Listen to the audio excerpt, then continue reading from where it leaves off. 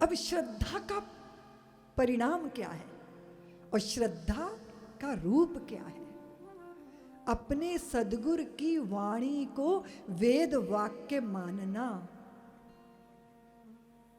उन्होंने कह दिया ना, उन्होंने इशारा कर दिया, वे ऐसा चाहते हैं और मैं उसके लिए समर्पित हूं।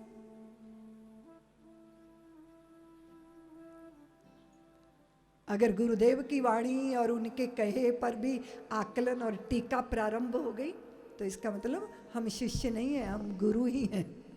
हम मानते ही नहीं किसी को गुरु। और आजकल तो बच्चे कहते हैं कि सबसे बड़ा गुरु तो गूगल गुरु है। लेकिन गूगल को गुरु बनाने वालों, वो गूगल गुरु घंटाल गुरु भी बन जाता है, क्योंकि उस गुरु को नहीं पता कि तुम्हें क्या परोसना है, तुम्हें क्या खिलाना है। वो अभक्ष का भक्षण भी करा देता है।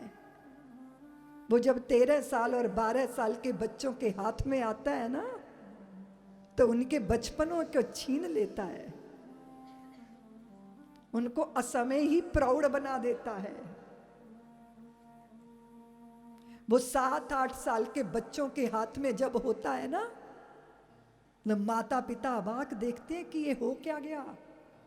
लेकिन उनको आश्चर्य करने का अधिकार नहीं है, क्योंकि वो भी उसी के शिकार है, उनको भी वही बीमारी लगी हुई है। कौन किसको बरजेगा, क्योंकि बरजने के लिए तो नैतिकता का बल चाहिए। इसलिए पहले गुरु के पास लेकर गई एक अपने पुत्र को कि गुरुदेव ये गुड़ बहुत खाता है। तो गुरुदेव बोले कि 1 हफ्ते बाद आना। तो 1 हफ्ते बाद लेकर आई, बोले गुरुदेव ये गुड़ बहुत खाता है। तो गुरुजी बोले बेटा गुड़ नहीं खाना चाहिए, ज़्यादा अच्छा नहीं होता स्वास्थ्य के लिए। तो वो बोली कि 1 हफ्ता पहले आई थी तब इतना ही बोलना था, तो तब क्यों नहीं बोल दिया? बोले तब तक तो हम ही ज़्यादा खाते थे, तो कैसे बोल देते? अगर बोल भी देते तो उसका प्रभाव ही ना होता। आप क्या समझ रहे हो? अगर हाँ ऐसा है कि अगर आप प्रतिमा से भी कुछ पा सकते हैं, लेकिन स्मरण रखिएगा कि गुरु की प्रतिमा से पाने के लिए फिर आपको एक लव्य बनना होगा, एक लव्य की जैसी साधना करनी होगी। और एक बात स्मरण रखिएगा, इस जगत में चाहे गूगल गुरु की बात हो, चाहे किसी जीवंत गुरु की बात हो, ये जगत स्वयं एक गुरु है, लेकिन यहाँ फूल और कांटे दोनों हैं। ओरे पंछी मना संतुलन रखना जरा संभाल कर, फूल और कांटे दोनों हैं तू बैठा जिस डाल पर। जो प्रातः काल कलियां चुनने जाते हैं ना, फूल चुनने जाते हैं, उनको कांटों की चुभन भी झेलनी पड़ती है। और ये मत कहना कि हमें अपने आप पे कंट्रोल है। तो तुम विश्वामित्र के पिताश्री तो नहीं हो ना, कि हो। जब तुम्हारा मन विश्वामित्र बनता है तो किसी ना किसी मेनका की रूप राशि पर न्यौछावर हो जाता है। मन का विश्वामित्र।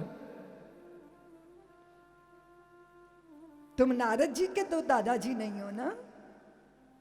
वो विश्व मोहिनी के रूप को देख के चकित रह गए थे। इसलिए अपने ऊपर भरोसा करने वाले, अपने मन पे भरोसा करने वाले, अपनी बुद्धि पे भरोसा करने वाले, मैं ये नहीं कहती कि अपने पे भरोसा मत करना, लेकिन कदाचित वेद ग्रंथों पर भरोसा करोगे, सदगुरु की वाणी पे भरोसा करोगे तो नैया पार हो जाएगी, जीवन का उद्धार हो जाएगा, जिंदगी कृतार्थ हो जाएगी। और स्मरण रखिएगा, मानना बहुत मुश्किल है, पूजा करना आसान है। हम भगवान को मान लेते हैं पर भगवान का कहना नहीं मानते। भगवान ने क्या कहा, भगवान ने क्या निर्देशन दिया? अपनी इंद्रियां, अपना मन, अपने शरीर को साधन बनाओ, मोक्ष प्राप्ति का साधन बनाओ। क्या मिला है ये? काया क्या मिला है? साधन धाम मोक्ष कर द्वारा। साधन धाम मोक्ष कर द्वारा। ये साधन है, साधन का, ये साधन, साधना का आश्रय आप अगर लोगे तो साधन बन गया आपका, आपकी काया। अब काया पवित्र रखनी है। ये 9 दिन किसके लिए हैं?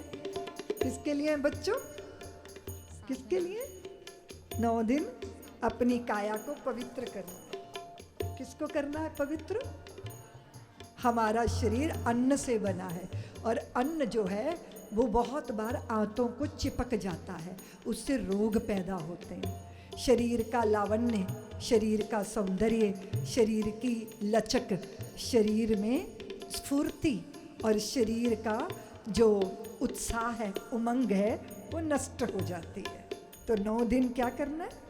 अन्न का त्याग करना है। क्या करना है? 9 दिन तक पकाए हुए भोजन का त्याग करना है। क्या खाना है? फल खाने हैं, फूल खाने हैं, पत्ते खाने हैं, शाक सब्जियां खानी हैं।